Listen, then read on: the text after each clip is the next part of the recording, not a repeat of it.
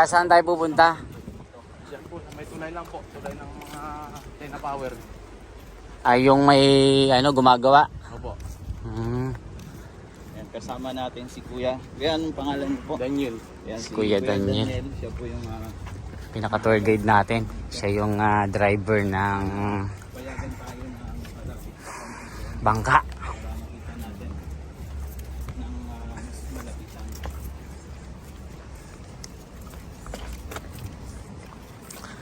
Yan, ito yung may tulay. So, ito na yung construction site ng Upper Wawa Dam. So, lakad lang tayo kaya? Basta malaki baka. So, may mga Ayan mga kababayan, ito na tayo. Pupunta tayo sa may construction site, sa may tulay. Dito sa may Upper Wawa Dam.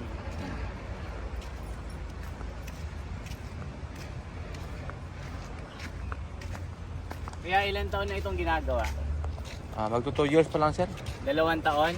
2 taon. Magba 1 year pa lang nag-operate ito.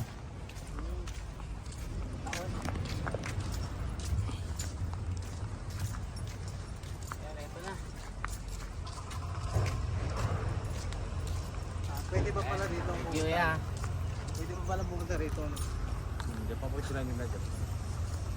So, ito na yun.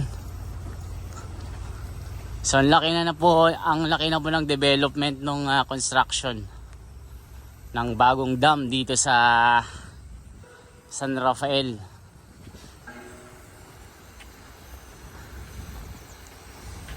Pwede pa tayo dyan kaya?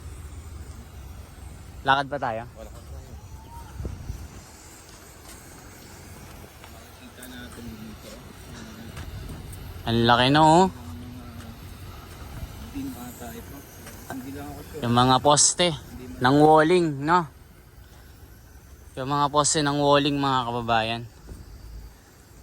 Mga pundasyon ito.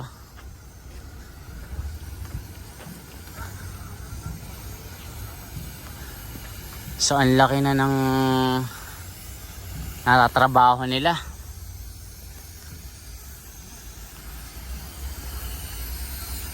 Sir, good morning.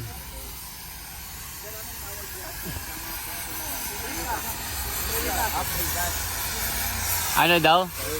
Free cut.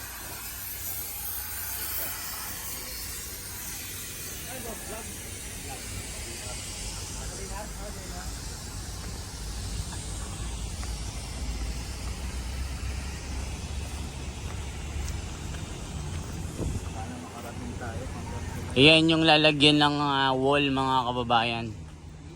Ang laki pala nito. May mga tao dito.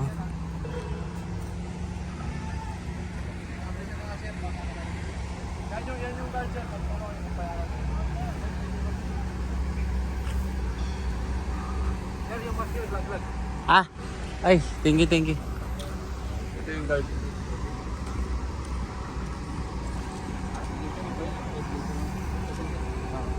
Sir, salamat ah. Ano mo, paalam tayo na guard. Buti pinayagan tayo, mga kababayan.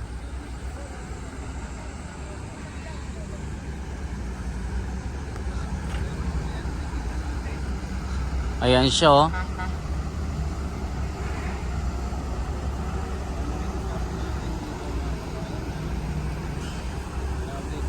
Napakalaki ng development. Sabi pag nagawa daw ito, mga kababayan, masusuplayan yung buong Metro Manila ng 80 million na liters every day. At yung mga lugar sa Rizal, mga kababayan, malaking tulong po ito. May pagbabago pero mababago din yung mga puno, mga kababayan. So yun po yung sinasabi ko.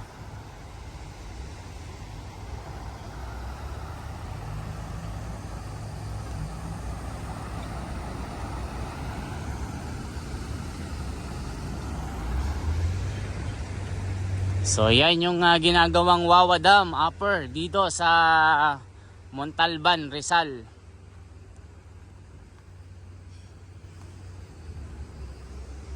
Laki. Pakainit.